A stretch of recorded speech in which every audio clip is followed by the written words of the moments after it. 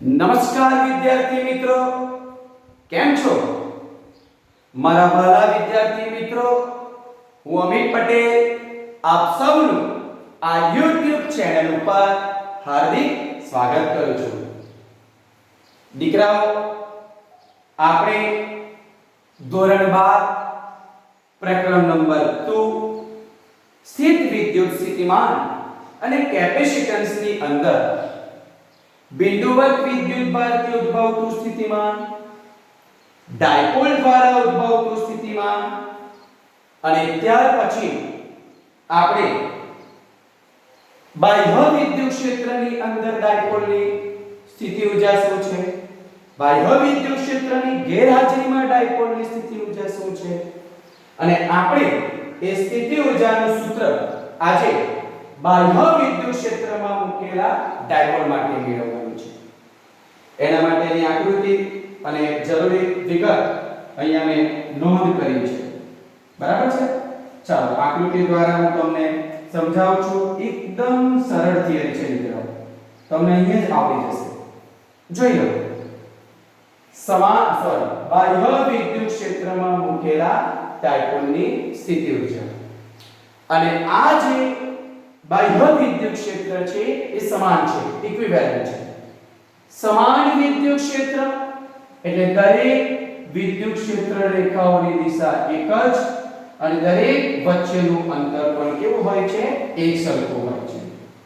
દરેક ક્ષેત્ર રેખા વચ્ચેના અંતરની વાત કરવામાં આવે તો એ આપણને કેવું મળે છે? એક સરખું. અને અહીંયા આપણું જે સમાન બાહ્ય વિદ્યુત ક્ષેત્ર છે એ ધનાક્ષ દિશાની અંદર પ્રવર્તમાન છે અને એની અંદર આપણે આ -q અને આ +q વિદ્યુત ભાર ધરાવતી એક ડાયપોલ જે સમાન વિદ્યુત ક્ષેત્રની અંદર થીટા જેટલા ખૂણે આપણે શું કરી છે? અહીંયા ગોઠવી છે.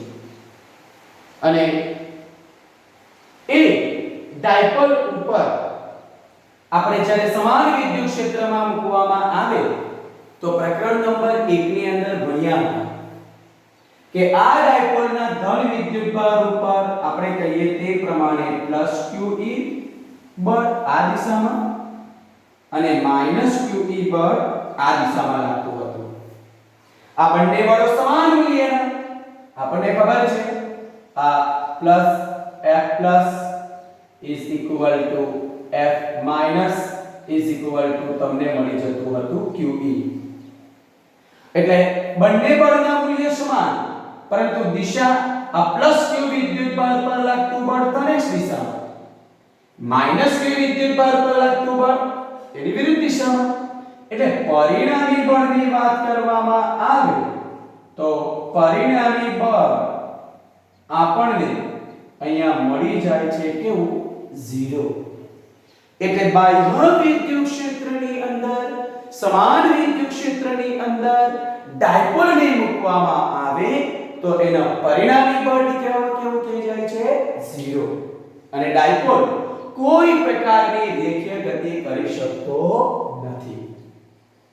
બરાબર? આકૃતિમાં જુઓ, આ આપણને રિક્વાયર નથી એટલે અહીંયા જુઓ મેં લખ્યું છે કે આકૃતિ પરથી આ q1 બરાબર +q અને q2 બરાબર -q વિદ્યુત ભાર ધરાવતી એક ડાયપોલને સમાન વિદ્યુત ક્ષેત્રમાં આ રીતે ગોઠવવામાં આવે છે. અને સમાન વિદ્યુત ક્ષેત્રમાં ડાયપોલને આ રીતે ગોઠવવામાં આવે તો +q વિદ્યુત ભાર પર +qe જેટલું બળ આ રીતે લાગે છે, -q વિદ્યુત ભાર પર -q જેટલું બળ ઋણાક્ષ દિશામાં લાગે છે. આ બંને બળોના મૂલ્ય સમાન છે, દિશા પરસ્પર વિરુદ્ધ છે. એટલે દીકરાઓ પરિણામી બળ કેવું થાય છે? 0 થાય છે. બરાબર છે? એટલે ડાયપોલ કોઈ પ્રકારની રેખીય ગતિ કરી શકતો નથી. ઓકે? એટલે જુઓ, સમાન વિદ્યુત ક્ષેત્રમાં ડાયપોલ પર લાગતું પરિણામી બળ કેવું છે? 0. ઓકે, એ કેવી રીતે થાય તે મેં તમને બતાવ્યું છે. જોઈ લો, આ અહીં બતાવ્યું છે. લખવાની જરૂરિયાત નથી, પણ આ રીતે થાય છે. બરાબર? ચાલો હવે આ બંને બળો જુઓ, હું છૂટું કરીને બતાવું છું તમને. આ આપણો પ્લસ q વિદ્યુતભાર, આ માઈનસ q વિદ્યુતભાર, આ આપણું બળ પ્લસ qe અને આ માઈનસ qe. આના પર લાગતા બળની આ કાર્યરેખા, માઈનસ q પર બળ લાગે છે એની કાર્યરેખા. અહીંયા બંને બળોના મૂલ્ય સમાન, દિશા પરસ્પર વિરુદ્ધ, પણ આ બંને બળો એક રેખાસ્થ નથી, એક રેખા પર લાગતા નથી. અને એક રેખા પર લાગતા ના હોય તો એવા આપણે બે બળોની વાત કરવામાં આવે તો એવા બળો આપણને ખબર છે શાની રચના કરે છે? બળ યુગ્મની રચના કરે છે, ટોર્કની રચના કરે છે. એટલે જુઓ કે અહીં બંને બળો સમાન મૂલ્યના, પરસ્પર વિરુદ્ધ દિશાના, પરંતુ શું નથી? એક રેખાસ્થ ન હોવાથી એ ટોર્ક અનુભવે છે. અને ટોર્કનું સૂત્ર ચેપ્ટર નંબર 1 ની અંદર આપણે ભણ્યા છે. કેટલું? તો બરાબર સદિશ P ક્રોસ સદિશ E. જે સદિશ P એટલે ડાયપોલની ચાર માત્રા અને E એ આપણું સમાન બાહ્ય વિદ્યુત ક્ષેત્ર છે. અને એની વચ્ચેનો ક્રોસ કાઢી નાખીએ એટલે sin થીટા લખાય. અને થીટા P અને E વચ્ચેનો કોણ છે. એટલે આ જે ટોર્ક લાગે છે ત્યારે સિવાય કે ડાયપોલની ચાર માત્રા એ વિદ્યુત ક્ષેત્રની સમાંતર કે પ્રતિ સમાંતર હોય. ઓકે, ચાલો હવે ટોર્ક લાગે છે, આપણને ખબર છે કે કોઈ પણ પદાર્થ ઉપર ટોર્ક લાગે એના પરિણામે એ પદાર્થ ચાર્જ ગતિ કરે છે. એટલે અહીંયા ઉદ્ભવતા ટોર્કને લીધે આપણી જે ડાયપોલ છે એ ચાર્જ ગતિ કરશે, એ ચાર્જ ગતિ કરવાનો પ્રયત્ન કરશે. તો ત્યારે આપણે શું કરીએ છીએ? જુઓ, આ ટોર્ક ડાયપોલને ભ્રમણ કરાવવાનો પ્રયત્ન કરીએ છીએ, એટલે એને ચાર્જ ગતિ કરાવશે. પણ આપણે શું કરીએ છીએ? ધારો કે આપણે બહારથી કોઈ એવું ટોર્ક કે જેને નામ આપવામાં આવ્યું છે ટુ એક્સટર્નલ, બહારથી લગાવીએ છીએ. જે આ ટોર્ક દાખલા તરીકે આ દિશામાં લાગતું હોય તો આપણે એની વિરુદ્ધ દિશામાં, જો ટોર્ક આ દિશામાં લાગતું હોય તો આપણે બાહ્ય ટોર્ક એની વિરુદ્ધ દિશામાં અને એના જેટલું જ. તો જુઓ, ધારો કે તેના પર એક બાહ્ય ટોર્ક, તેના પર એટલે ડાયપોલ પર ટુ એક્સટર્નલ એવી રીતે લગાડવામાં આવે કે આ ટોર્કની અસર નાબૂદ કરે. ટોર્ક નાબૂદ ક્યારે થાય? તો માની લો કે એક ટોર્કની વાત કરવામાં આવે, તમારું બળ આ દિશામાં ટોર્ક લાગતું હોય તો બીજું ટોર્ક તમારે કઈ દિશામાં લગાવવું પડે? આ દિશામાં. અને બંને ટોર્કના મૂલ્ય કેવા હોવા જોઈએ? સરખા. તો જ એ ટોર્ક બંને એકબીજાની અસર શું કરે? નાબૂદ કરી નાખે. અને આ પરિસ્થિતિમાં આપણે શું કરવાનું છે? તો આ બાહ્ય ટોર્કની અસર હેઠળ પૃષ્ઠના સમતલમાં, આ પુસ્તકનું પૃષ્ઠ એના સમતલમાં આપણે કોણીય પ્રવેગ રહિત એટલે પદાર્થને અચળ કોણીય વેગથી થીટા 0 થી થીટા 1 જેટલું સૂક્ષ્મ ભ્રમણ કરાવવાનું છે. એકદમ ધીરે ધીરે એના કોણીય વેગમાં કોઈ પણ પ્રકારનો ફેરફાર કર્યા વગર. કોણીય વેગ અચળ એટલે પ્રવેગ એનો શું થાય? 0. અને આ સૂક્ષ્મ કોણીય સ્થાનાંતર કરાવતા કરાવતા આપણે થીટા 0 થી થીટા 1 સુધીનું ભ્રમણ કરાવવાનું છે. અને ભ્રમણ કરાવવામાં આવે તો એમને એમ તો ભ્રમણ ના કરશે. એ ભ્રમણ કર્યું, આપણે ટોર્ક લગાવ્યું, ચાર્જ ગતિ કરી, એટલે એ દરમિયાન થતું કાર્ય કેટલું છે તે આપણે શોધી નાખીએ. અને એ જ કાર્ય ડાયપોલની સ્થિતિ ઊર્જા સ્વરૂપે શું થાય છે? સંગ્રહ પામે છે. આકૃતિમાં જુઓ, આપણી ડાયપોલ થીટા જેટલા એંગલ ગોઠવી છે. +q અને -q વચ્ચેનું અંતર π છે.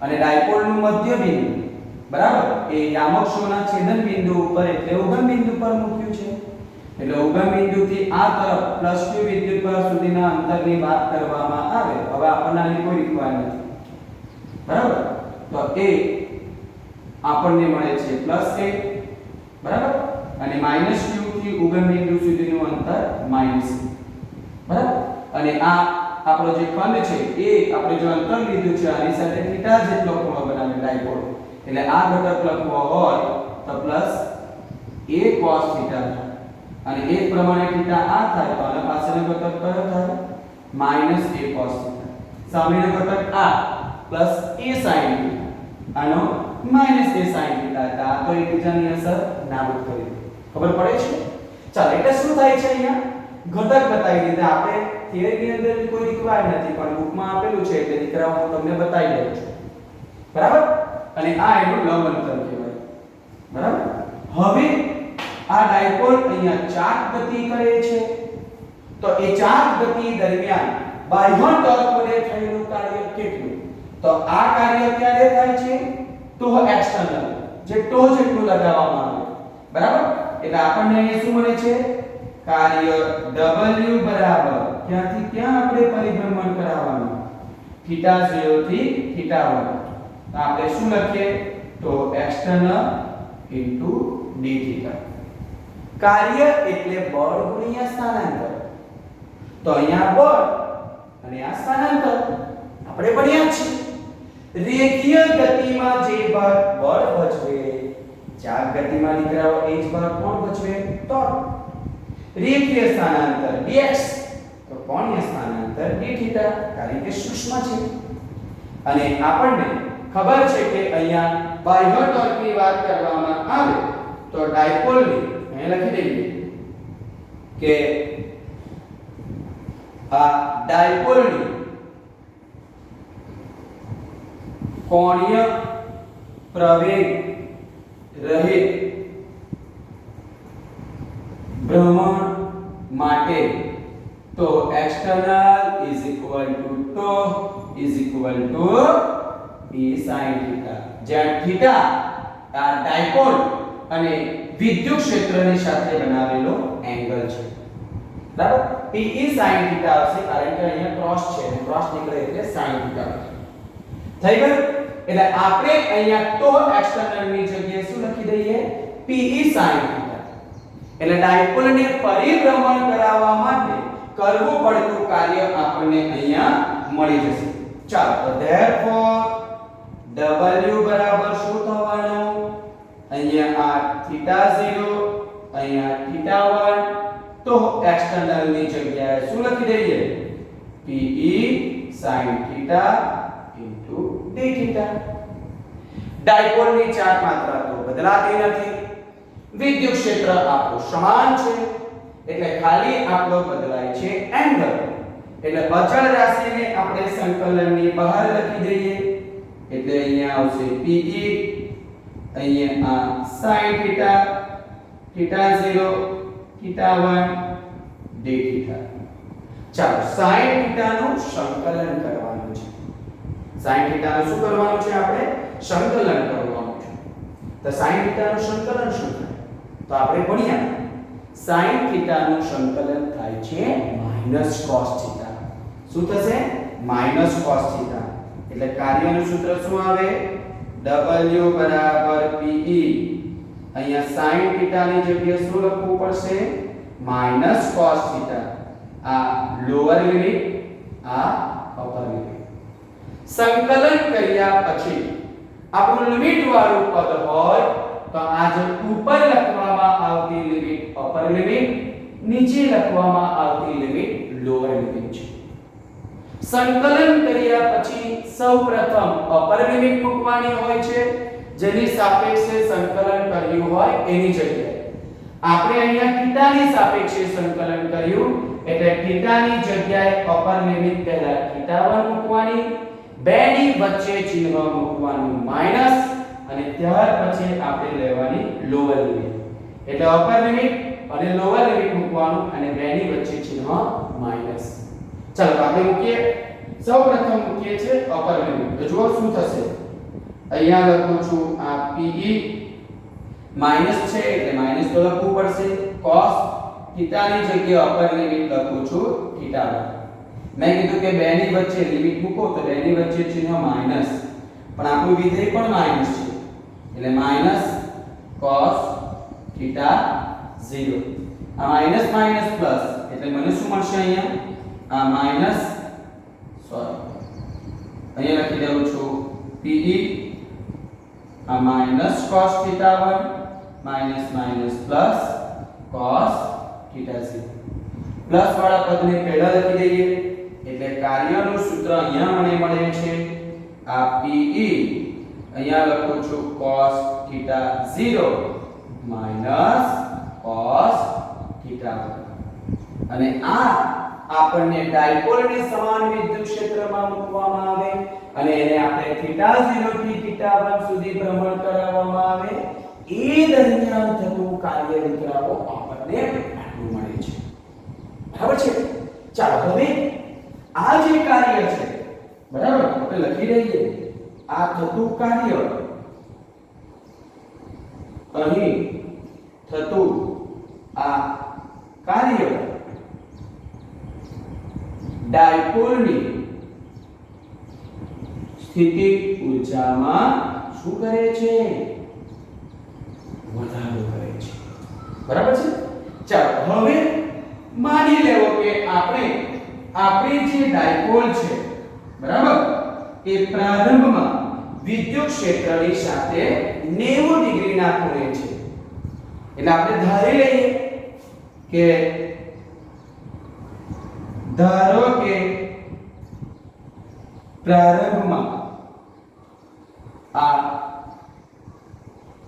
ડાયપોલ માટે થીટા 0 બરાબર આપણે શું લઈ લઈએ π/2 અને આપણે થીટા 1 ની જગ્યાએ શું લઈ લઈએ થીટા તો આપણને કાર્યનું સૂત્ર શું મળે તો જરા જોઈ લો therefore W બરાબર PE cos થીટા 0 ની જગ્યાએ આપણે લખીએ છીએ π/2 માઈનસ થીટા 1 ની જગ્યાએ હું શું લખી દઉં થીટા સાલું જ આપે છે cos π/2 ની કિંમત આપણને દરેકને ખ્યાલ છે કેટલી થાય છે 0 માઈનસ અહીંયા શું આવવાનું cos થીટા એટલે આપણને અહીંયા સૂત્ર શું મળી ગયું માઈનસ P cos થીટા અને અહીં થતું આ કાર્ય કે લખી દેવાનું અહીં થતું આ કાર્ય ડાયપોલની કોના સ્વરૂપે આ સ્થિતિ ઊર્જા સ્વરૂપે શું થાય છે સંગ્રહ પામે છે therefore u બરાબર માઈનસ pe cos થીટા અથવા શું લખી શકાય u બરાબર માઈનસ સદિશ p ડોટ સદિશ e અને ડોટ કાઢી નાખીએ એટલે cos થીટા નથી એટલે આપણને આ બાહ્ય વિદ્યુત ક્ષેત્રમાં ડાયપોલને મૂકવામાં આવે તો આ આપણને સ્થિતિ ઊર્જાનું સૂત્ર મળે છે મિત્રો બરાબર અને આપણે પહેલા ચેપ્ટરની અંદર બાહ્ય વિદ્યુત ક્ષેત્રમાં ડાયપોલને મૂકવામાં આવે તો ઉદ્ભવતું ટોર્ક એ આપણે આગળથી મેળવ્યું હતું એટલે અહીંયા ડાયરેક્ટ આપણે લખી દીધું અને આકૃતિ તમારે આ દોરવાની હોય છે આ દર્શાવવાની કોઈ રીત વાર નથી જે થિયરી છે તે આપણી આટલી છે આપણી બુકમાં અને આના પરથી બે વિશિષ્ટ મુદ્દાને વાત કરું છું એ પહેલા શાંતિથી આ થિયરી જોઈને દીકરાઓ તમે લખી લો સમજ ના પડે તો પૂછી લો અગત્યની છે બોર્ડની પરીક્ષાની દ્રષ્ટિએ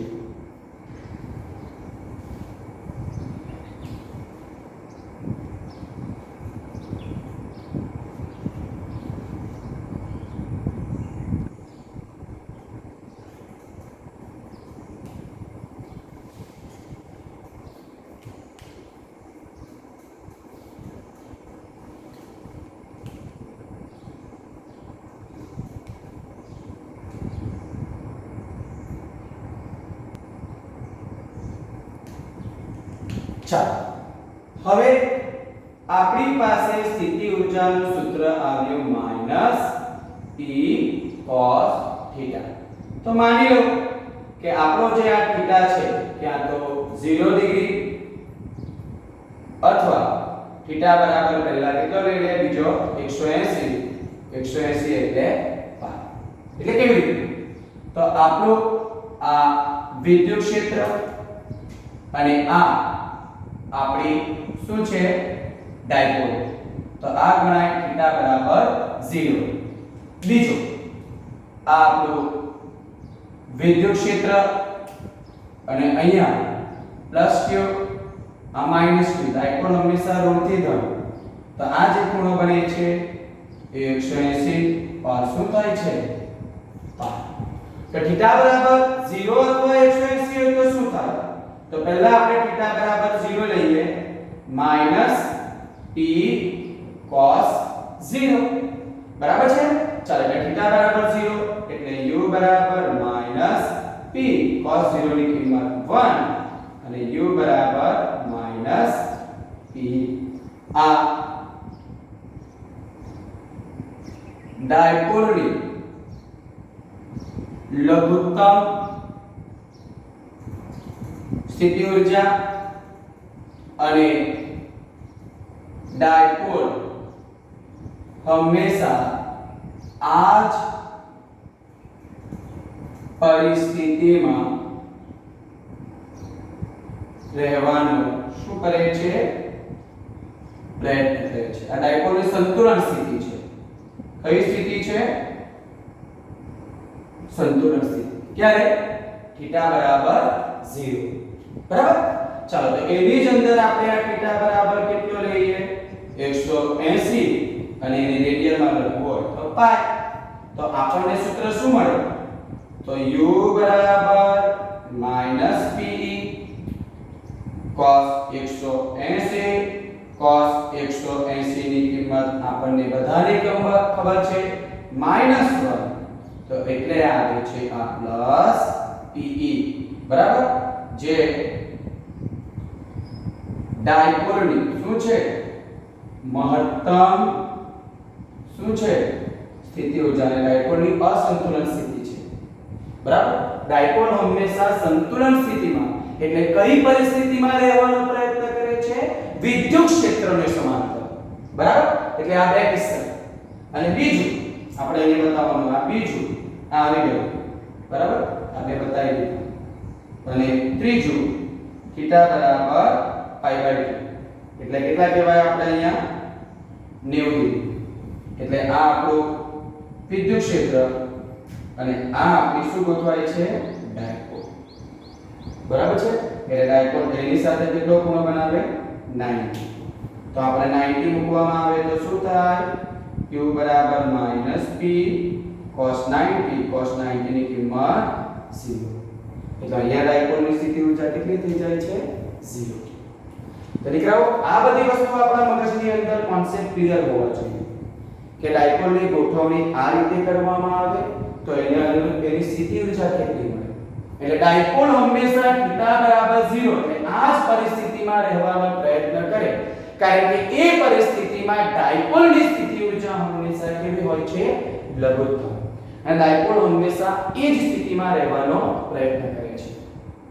તો દીકરાઓ આપણી બાહ્ય વિદ્યુત ક્ષેત્રમાં જ્યારે આપણે કોઈ વિદ્યુત ડાયપોલને મૂકવામાં આવે છે તો એ દરમિયાન ડાયપોલની સ્થિતિ ઊર્જા કેવી રીતે મેળવી શકાય એ ખૂબ જ સરળતાથી તમને મેં આકૃતિની ભૂમિતિ પરથી દર્શાવ્યું છે.